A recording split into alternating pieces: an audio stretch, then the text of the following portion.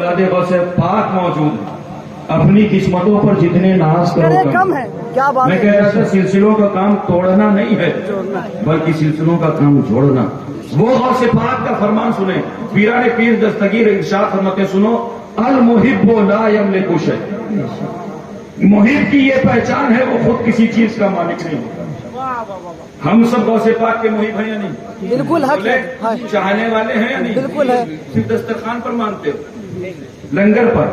اب غوث پاک کا فرمان سنا رہا ہوں. غوث پاک پیران پیر دستگیر ارشاد فرماتے سنو المحب لا یملک شیء یسلم کل الی محبوبہ. محب کی یہ پہچان ہے وہ خود کسی چیز کا مالک نہیں ہوتا بلکہ اپنی ہر چیز اپنے محبوب کے سپرد کر دیتا. سبحان اللہ. کیا بات ہے. یہ کس غوث پاک کا فرمان؟ یہ اس غوث پاک کا فرمان ہے کہ جو 12 سال کی ڈوبی ہوئی کشتی کو پل بھر میں باہر.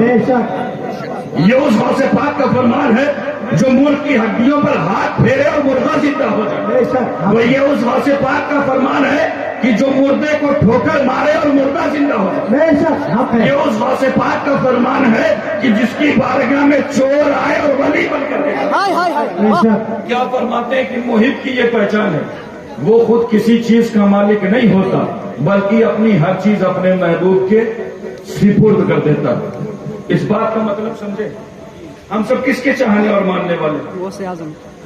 اللہ کے رسول کے دیوانے نا. جی. نعرے لگاتے ہو یا نہیں؟ ابھی میلاد النبی کی محفلیں گزری. جی. غلامی رسول میں موت بھی قبول ہے کہ نعرے ہم نے لگائے. اللہ ہماری محبتوں کو سچا کرے. وہ پیرانے پیر فرماتے سنو محب کی یہ پہچان ہے وہ خود کسی چیز کا مالک نہیں ہوتا بلکہ اپنی ہر چیز اپنے محبوب کے سپرد کر دیتا ہے. اس بات کا مطلب سمجھے. اس بات کا مطلب یہ ہے کہ گھر اس کا ہوتا ہے. گھر اس کا ہوتا ہے مگر شریعت رسول کی چل رہی ہوتی ہے.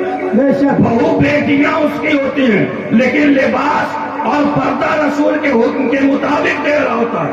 اولادیں اس کی ہوتی ہیں لیکن تعلیم مصطفیٰ کی دے رہا ہوتا ہے.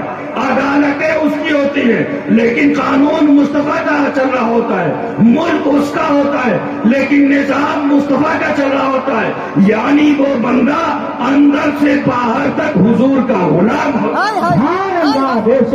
ایسے دین پھیلا ایسے مذہب پھیلا اپنی ملت اور دین سے نکالا نہیں جاتا ہے بلکہ اپنی ملت اور دین میں لایا جاتا ہے. یہی وجہ تھی کہ ہندوستان کی سخت زمین یہ وہ زمین تھی کہ جہاں لوگ پتھروں کو پوچھتے پوچھتے ان کا دل بھی پتھر ہو گیا.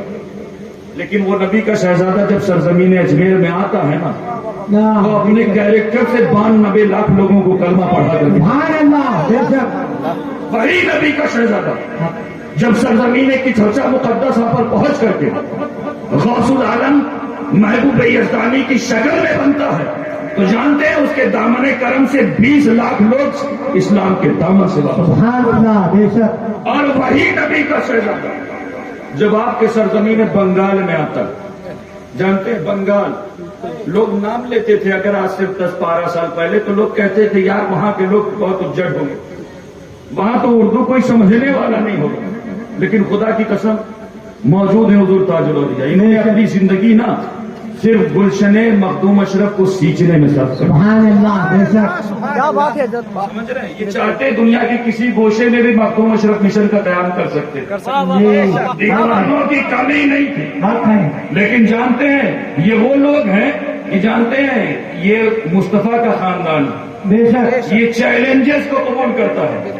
سر سبز و شاداب پر کھیتی کرنا اپجاؤ زمین پر کھیتی کرنا دنیا داروں کا معاملہ ہے اور بنجر زمین کو قابل کاشت بنا دینا اور سبز و شاداب کر دینا مصطفیٰ کے گھر والوں کا. یہی وجہ ہے کہ جس زمین پر لوگوں نے تصور نہیں کیا تھا اس زمین پر سنی ایک ادارہ قائم ہوتا ہے اہل سنت. اور میں ایک بات بتا دوں اگر یہ کہا جائے کہ مغربی بنگال میں اہل سنت کے سب سے بڑے ادارے کا نام مخدوم اشرف مشن ہے تو یہ بات غلط نہیں. یہ میں صرف عقیدت کی روشنی میں نہیں بلکہ الحمدللہ حقیقت کے آئینے میں. اور جانتے ہیں انہوں نے یہ آئے نا